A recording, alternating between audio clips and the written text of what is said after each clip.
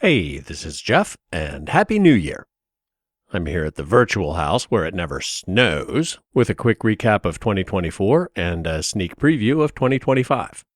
I didn't upload nearly as many videos on this channel as I did in 2023, but I did meet my goal of averaging at least one video per month with 14. The last 6 episodes of the Fallout 3 no-kill run with the Pacifism and More mod, 6 assorted analysis videos, and a couple channel updates. You could say I didn't quite knock it out of the park, but I also published 14 videos on my other channel, Lyric Videos for Rise of Alexander. I mentioned the full album version a couple times last year, but I also made individual videos for each track. Shameless plug, I'll put a link to a playlist with all the singles in the description. Check it out if you're not an album person, or if you want to sample a few tracks to get an overall idea of what it's like before listening to the whole thing.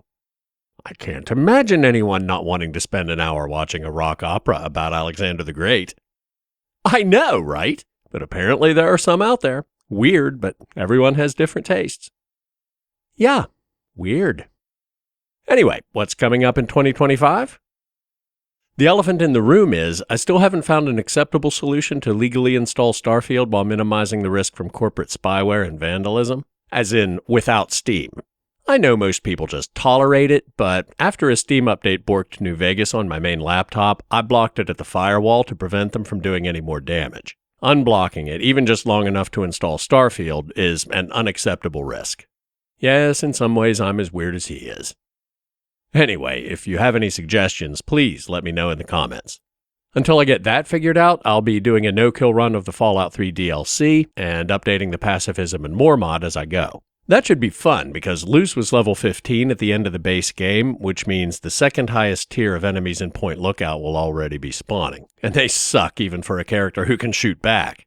If you didn't see the main series, the design goal was to mod around any events in the game that required killing, to make a 100% no-kill run possible, but without spoiling immersion or massively affecting gameplay balance. So not only is playing as a pacifist going to be difficult in places, but so will the modding, and not necessarily the same places. Like, Operation Anchorage might be a bit tough since Luce hasn't put a single point in any weapon skills, but the mod is dead simple. It's a simulation. No one actually dies, so we'll just use the same technique I used for Tranquility Lane to change the player's kill count. Save it when you enter the sim, and set it back when you exit.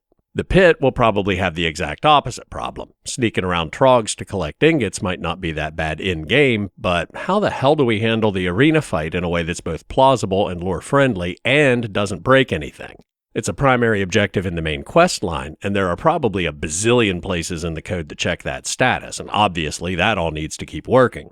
I also never finished the series of Mr. Overconfidence shorts. I said the same thing last year, and to some degree that ship has already sailed, but it would probably be a lot easier to just do it than to deal with the years of therapy it would take to suppress my completionist tendencies enough that it would stop bugging me.